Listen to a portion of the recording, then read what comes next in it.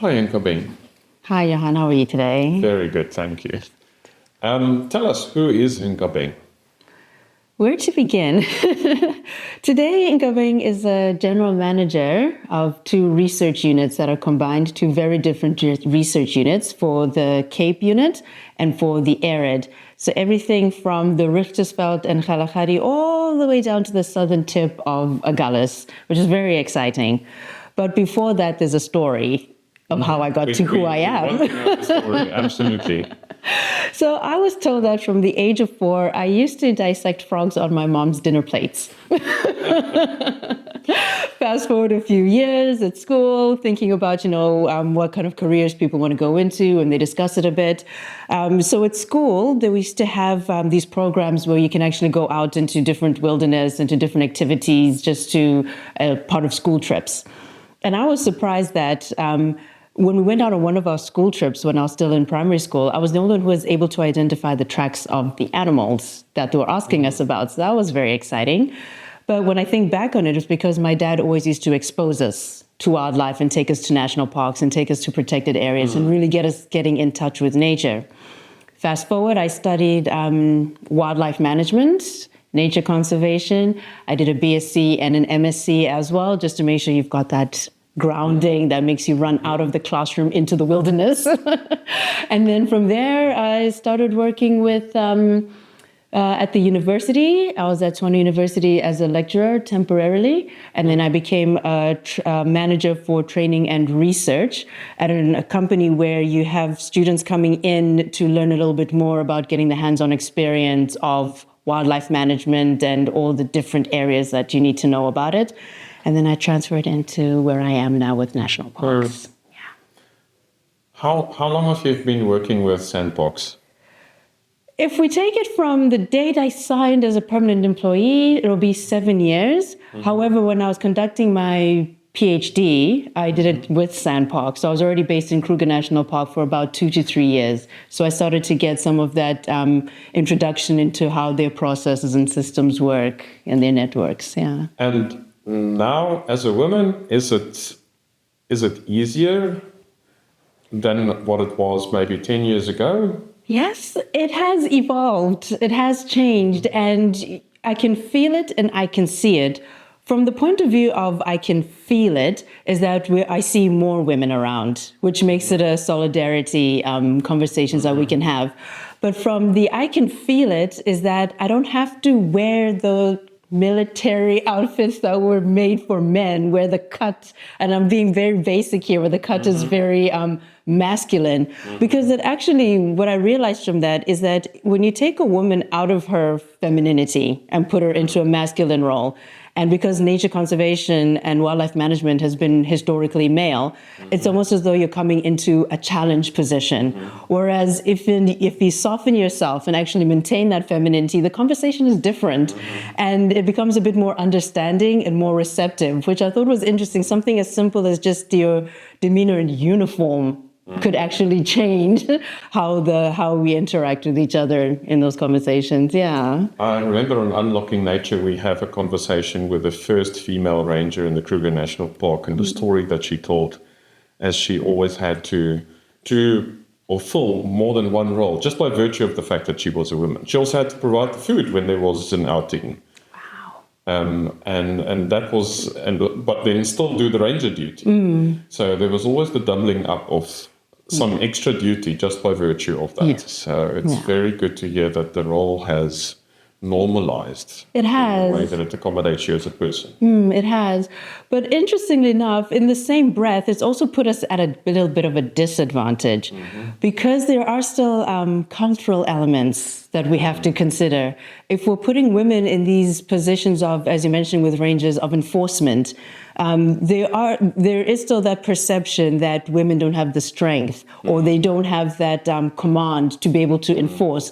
We know differently that we can, but there is still some of that balance that still needs to be addressed. But this is evolving over time. You don't know it until you experience it okay, this is how the situation could have been handled differently, or how do we take it from here?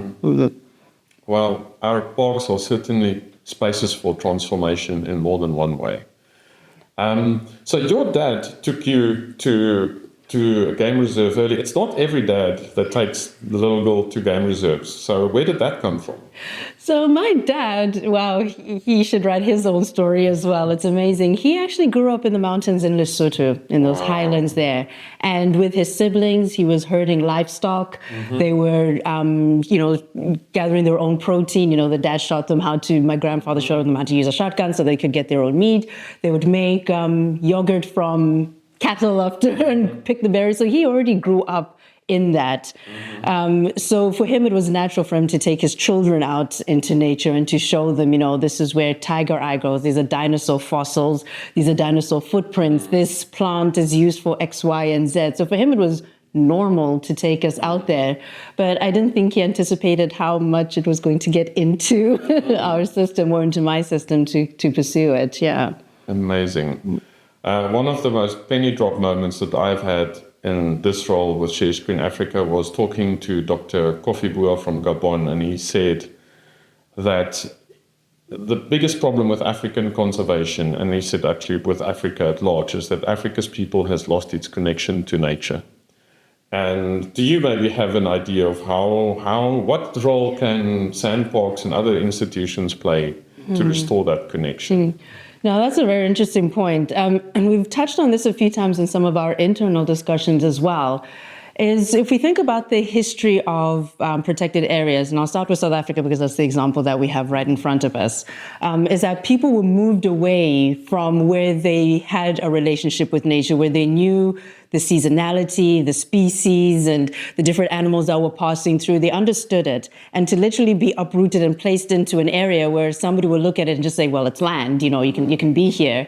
To them, there's no connection anymore. It may not necessarily be the same species, the same dynamics anymore. So that relationship and interaction gets lost. And when you're missing that link, how do you actually interact with it? That connection that people would have with nature is now removed. So what people then want to do is go back to what they had been taught, to go back to what is familiar. But that place that they're going back to has now become a protected area. So now there's all of these legalities around it. There's all the legislation around how people can use it or interact with it. And that's something that we're trying to focus very much on how do we break that down so that people feel like they do have access. Because we misunderstand. We think that access means I've paid for it, therefore I can get in. But access means, can I go to our spiritual grave sites or burial areas to see ancestors? Or can I go in to collect this certain herb because it grows on this slope at this time of year and all of these different things? So access means different things. So I can understand where he's coming from when he mentioned that that disconnection from the land is real, because yes, once you're literally broken apart from the link that you had, then how do you actually interact with it when it doesn't mean anything to you anymore and you want to return to what's familiar? Yeah. Nkabeng, since it's been more than 30 years now after democracy dawned in South Africa, one would also expect that with that radical change in the history of South Africa, there should also be some changes in the way that we manage and approach wildlife management in South Africa. What changed, but also what stayed the same? Now, that's a very fair question. And if you allow me, I'll take it from two different perspectives. This perspective of what was happening in timelines in history or in South Africa during that time, and what I was observing living through it. So what I observed, or what was happening in South Africa, so 30 years ago, okay, fine, we had democracy, and there's the shift of transformation that needs to happen, but it's not quick. And transformation is, it fits into a lot of things. It's changing the face, it's changing the activity, it's changing the end goal as well. So at that time, with nature conservation, or with this industry, if you will, back then, it actually became listed as a critical skill, which is very interesting, because now there was an acknowledgement that biodiversity is important. We've been focusing on from a protection, preservation perspective, but we need to think about it a little bit differently as well. So there was that shift of we need more capacity, which is interesting because capacity and skill, as we even see now, and I'll get to it, that we're always evolving of, it's not just about knowing the gestation period of an elephant. It's not just about monitoring the growing seasons. It's also taking into account the shifts that are happening climatically, the impact we're having with, let's say, for example, habitats changing or agriculture or pollinators, all of these things changing. So we start to realize, okay, now we need a bigger capacity, we need new skills, and that shift happens. So when I was in school and observed that, okay, fine, democracy has happened. I wasn't in South Africa at the time when it happened, just observed it, but it came onto my radar at the time that South Africa has now become the place, if you want to study nature conservation, wildlife management, get into the biodiversity industry, South Africa is now the place to go. Before that, it was a no-go. You have to go to Kenya or Tanzania. So that already changed the perspective of where they position themselves. There was that, and again, before 94, there was also the perspective of this is what we know, this is how it's going to be done, very militant, right down to the uniform, as I mentioned before, but very militant of this is what we know, this is how it's been done, this is how we're going to continue to do it. But then a shift happened to say, hang on, but we need to do this for the betterment of nature and people. And that always seems to shift over time because sometimes it's for people and nature, sometimes it's for nature and people. So that conversation started to change. But throughout that 30-year timeline, you'll see that people and nature have always been interlinked. It was just a matter of how do we address it. So if I was to say from my perspective, it was realizing that South Africa has actually become an option to actually study further in. My parents, having grown up in the area, were not keen on the idea on their child going to study in South Africa at the time. But I managed to convince them somehow that it's possible and there is a future in it. And just from the time of starting to study, noticing the difference of how either A, you were received, the areas that you were placed in, because when you're working in biodiversity and wildlife, almost inevitably you're going to be in remote places at some point in your career path. And being in remote places means you're going to be in situations where you're extremely uncomfortable. Either uncomfortable because there's still, as I mentioned before, a shift that needs to happen because transformation takes time. So you'll either be uncomfortable in a situation because of how you're being received or perceiving a situation, or you're uncomfortable because literally you're in the wilderness, you're used to being in the city where there's air conditioning and it's hot. So there are those shifts that have happened of where it's become conducive to study here, not just as a woman or a woman of color or just as a young person coming into the industry, but also the environments in which we actually work in has also changed over time. Those are some of the simpler ones. But then, yes, there's some of those fundamental changes of taking it from the perspective of this is what we know, this is how it's going to be done, to being inclusive in a conversation. So that's a lot of interesting things there. I want to pick up on some of it and just take it a little bit sideways. Our NGO that we work for, Leadership for Conservation in Africa, was actually established within SANParks and as an outreach to the rest of Africa and to integrate South African national parks with the rest of African conservation community. And later on, we became independent. And do you think that that the South African conservation community is now integrated with African conservation, or are we still somehow a little bit separate and different? It's a very good question.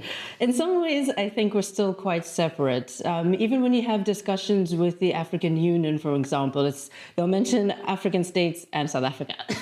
So we still have a different way of thinking or a different way of approaching things. And interesting enough, the direction that we want to go in, most of the rest of Africa has already gone in that direction, either from the idea of literally dropping fences to having open systems, or to how we approach certain situations, what our management styles are. South Africa and the rest of the continent, there are noticeable differences even now still. Yeah. Wow. What can South Africa learn from Africa? If you look at the way that, for instance, wildlife is managed in East Africa. It's something that would need to be twofold or need to be in phases, because it's from a conservation agency that we need to look at it, but it's also from a societal expectation as well. because we've become, when I say we, I'm speaking now as part of society, is that we've become comfortable with fences to know that those animals are there, I can walk safely, it's fine, the situation is fine. Whereas if we now drop fences, how do we build in that sense of security again? That's one side. And then again, as an agency, what was put into place to create that narrative that whatever happens to our neighbors and our communities, we've got you covered. So we're going to make sure that this interface can actually happen. So I think from both sides, there needs to be a bit of a integration and a mind shift. Yeah. So let's talk about change. How has wildlife management changed over time? Whereas at the beginning, I think, and especially in South Africa, maybe it was all the focus on restrictiveness and what you can't access. Yeah. Well, that's a good question, because some of the things that we've noticed that have changed, for example, would be evidence-based, where before we could justify a gut feel of, I think X, Y, and Z is going to happen. Now we work more on the evidence. Not saying that we've removed our connection, because we still have a gut feel of what's going to happen just based on the amount of time we spend out there. But we work more on the evidence. So we make sure that our methods, our processes, protocols stick to that can go back and can be defendable. Unfortunately, again, we also live in an age where we need to stand up or be the voices for nature and biodiversity. So we need to make sure we have something defendable. So that has changed as well. But we've also been able to, and I thought this was an interesting perspective, be able to incorporate what they call indigenous knowledge. And even if you look at it from a global landscape, the IKS, indigenous knowledge systems, are being incorporated into different areas of management. So even with conservation and biodiversity, where we listen and have those discussions about what is the indigenous interpretation of what we call a gut feel, because that connection is still strong. And how do we now interpret, monitor, or discuss these different species or different interactions that we're observing? So something as simple as fishing, where we know from observations and from records, they migrate like this, and with seasons and with upwells, the different movements that they have. But now with fishing, removals, etc., fishermen will be able to say these species would come before this one, now it's not there, and therefore that one's not there, or they're not coming at the same time, not the same size, these sorts of things that they bring into the conversation. So there has been that shift of, again, this is what we know, this is how it's going to happen, to being open to learning and co-learning with others, especially with indigenous communities, about how things work. So thinking of all of these changes, what would you say to a young person who is maybe now third, fourth year at BSc level, and this changing landscape is there? And how do you prepare yourself if you're thinking, maybe I should go study postgrad? And, which directions should I go? And often people are also asking themselves, like, what additional skills can I add so I become more useful, really make a difference in the field? And that would make a potential employer like Sandbox look at me and say, this is the kind of guy. Because this is, for many people, entering your TUT or University of the Free State, those kind of universities where they either want to go into research or they want to become a game ranger, they're sitting there and they're thinking, what can I add that will make Sandbox take note of me? Because it's their dream to put that uniform on. Oh, yeah. No, that's a fantastic question, and it's actually very timeless as well. There was a recent book publication that came out that touches on science, technology, engineering, and mathematics. And what was great about that book is that usually when it comes to the sciences, the natural sciences sometimes falls away, but we're very deliberate to make sure that it was incorporated in there. And as I was going through that section of it, specifically the natural sciences, there's a lot that can still be done and that still needs to be done, and options that are out there. So for somebody who's already in the industry, there's still more upskilling that can be done. And for somebody who's wondering, okay, but what can I do? What can I add to make myself stand out? There's the usual technology. When I was finishing off my PhD studies, we used to have, let me go back even further than that. We used to have to calculate our statistical models and be able to interpret them based on, hand calculations, calculators. Yes, you had your computers here and there. You go forward in time a little bit, and now the computer programs, the models and script is built in, and it's easy for us to now understand a little bit better. And that has just kept evolving. Sometimes it had to be self-taught, but now it's become pretty standard. So understanding the basics of how things work on the ground and how you can filter it through technology to interpret it and communicate it. For me, that's a very important skill that people need to consider. And science communication in itself, because we have such a nitty-gritty understanding of how something works, but to communicate it into a way that it makes sense, into a way that it either actually influences policies that need to take place, management decisions that need to happen, or even financing that needs to happen. We need to be able to communicate. So science communication is an important one as well. And even just to jump back, financing. We've been looking at different ways of how do we take biodiversity and the nature around it and actually make it economically viable. So those conversations about sustainable financing, with obviously we know about waste management and reuse, renewable energies, and also in terms of just how are we actually financing it with infrastructure. So you take what we know from biodiversity, tidal action and all of that, how do you translate it into a financial element? So there's all these different streams that are cropping up that you have that fundamental understanding of the natural sciences, if you will, and how that then fits into modern society and makes it relevant. Because the last thing we want to do is lose relevance. And if we want to maintain it, we definitely have to speak to human well-being, to financing it, and to making sound decisions that continues and into the future, perpetuates what we're doing into the future. Yeah. In your makeup as a human, what is the trait inside of you that made you find your way or kept you going when you were in those situations, when you were out in the field and it was really challenging and you were facing multiple challenges on a personal and professional level? And as a young person entering this field, what kind of personal traits do you really need to start to develop? Wow. And you make me think of nuggets I've experienced over time. That is a very interesting question. Do tell. So I remember my mother, she used to visit me when I was out in the field at different places, and she'd say that it's a specific person that can do this where you can be quiet by yourself for extended periods of time. Because sometimes we get used to having conversations and noise around us, but if you can be quiet by yourself for an extended period of time, that's one of the traits that goes along with this. Another one that was quite interesting, and this is from my personal experience, is from a faith perspective, because we all have different philosophies.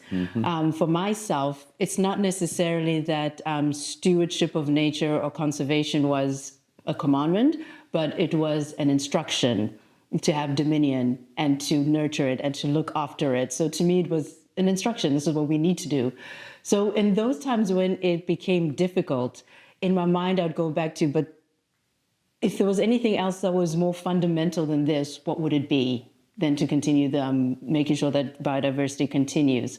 And from a stubborn side, and you need to be stubborn if you're going to pursue the sciences. And when I say stubborn, you need to know what your end goal is. You want that master's or you want that PhD, because it's at that point in time, yes, experience plays a lot into it, but it's at that point in time that society starts to listen to you. For better or for worse, it's just the way it works.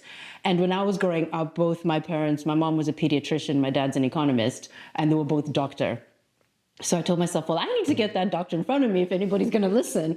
So it's that stubborn nature of let me push through, really understand my subject matter and get to that hurdle so that when the questions come, I've been through the fire, I've understood this, and I've pushed it to that point where now I'm on a platform where I can actually communicate what's on my heart or what's on my mind, what I've been pursuing.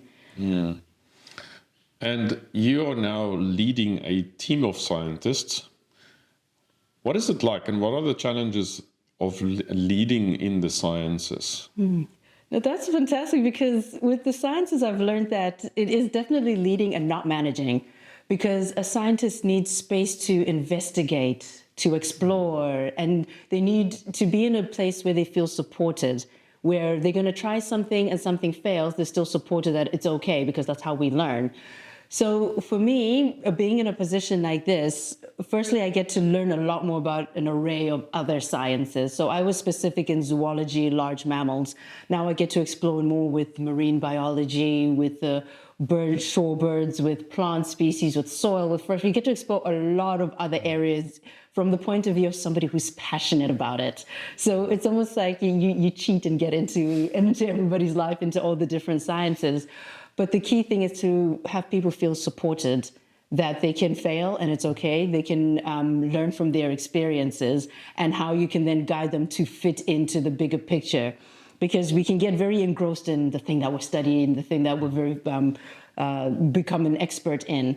But every now and then you need to lift your head and see how does that fit into the bigger picture. And I feel that's where that leadership role fits in. Yeah. Do you think we have enough leadership training in the sciences? No. In many conversations, scientists are the problem children because we think about things very differently, and because the nurturing and time is very different. From an honors to a BSc, MSc to PhD takes a lot of time, and to be able to nurture that, and to then be able to get into a place where you can have the hindsight of how to nurture the next group. So I think that there's still scope to actually bring in leadership, because just because we're good with working with science doesn't necessarily mean we're good with working with people and leading people in science. So there is still scope for that. Yeah. Many people, when they dream about working for Sandbox or any other conservation institution, there's always when you go to university, you want to be in that big five area. And with Sandbox, obviously, it is the Kruger Park. So you are at the opposite side of the country. Are you happy with where you are geographically and with the natural setting where you're in? Is it interesting? Yeah, absolutely. I've been quite fortunate to have the Cape to Kruger experience, if you will, or maybe the other way around. But interestingly enough, when the opportunity came up to work with Sandbox while I was doing my studies, I didn't want to be based in Kruger, because at the time I thought, well, Kruger is so popular, you hear about it everywhere. All that can be done has been done. I'll just disappear in there until you actually end up there, and then you realize there's a lot that still needs to happen. And I'd have to say we're very fortunate working with within national parks, because we are based in parks or in natural settings. So your office is being able to walk out to Table Mountain and just actually look at the mountain and just feel the environment and just be part of it. So actually quite fortunate in that sense as well, where we get stationed and positioned in the organization. Yeah. And then as a last question, the world is facing a lot of challenges at the moment, and conservation is part of the world. One of the biggest challenges that somehow is taking a bit of a backseat in the news at the moment is climate change. That's a very real sense of change. Some of the national parks are, I think, acutely vulnerable to change, being next to the coast here as well. So there's, sea level rise, things like that. That's a very real change. Some of the other parks, due to temperature changes, will be very sensitive. Yeah. How does Sandbox face this future that's coming? And you ask a very exciting question, because that is our day-to-day now. Our bread and butter is climate change, and how do we prepare and adapt and become resilient when it comes to climate change. We have a climate change team, which is great, and we need to duplicate them. We need more of them for sure. But we've been able to go through some of the parks and just assess what are their vulnerabilities. Is it going to be from a tourism perspective or from a biodiversity perspective, or are they interlinked? And usually they're interlinked. So even something such as with sea level rise, we have national parks that are along the coastline, and either we have accommodation that's right by the waters, or we have to be aware of beach erosion, actually literally losing land because of that, and what are those implications. So Sandbox is cognizant of this, and we've put together a climate change preparedness strategy. And from this strategy, now we're actually picking out what are some of the indicators that we need to be monitoring to be able to say, okay, we've got a red flag here, we've got a red flag here, let's focus more on this. And in which parks do we need to focus on? So which parks are getting hotter? What are the implications of, say, for example, birds? Because birding is quite popular for national park destinations. And what are the implications for tourist comfort as well? But interestingly enough, the knock-on effect of climate is also human well-being. Now we start to think about air conditioning, but that creates energy demands. And so it has all of these knock-on effects. So we've actually created a sustainability leg, if you will, made up of one person at the moment to work with the climate change team, because we're seeing the evolution of how these things are linked together and what we need to take into consideration with our way forward. So Sandbox has started to really start running with this process and understanding, okay, what do we need to know? And understanding is where we start. From there, then we need to communicate. We need the different actions and options and trial runs and nature-based solutions. All sorts of things need to come into play. So yes, it's quite an important one for Sandbox. Yeah. Are you excited about the future of Sandbox? I am. If you get bored, you're doing it wrong. There's so many different elements to pay attention to. If for some reason, the one day you don't feel like, because it's overwhelming to think about climate change and all the things that are going to happen, then you can shift your focus to saying, okay, social ecology. How are people using pepperbark or gingerbush or all of these different things in our parks, these different species in our parks? If that becomes overwhelming, then you can shift. How are we going to use biochar to finance our different projects? So there's always something different to look at, something exciting. You can't, if you're getting bored, you're not doing it right. Thank you, Nkabeng. It's been a fascinating conversation. Thank you so much. Thank you so much, Johann. Here we go. All done.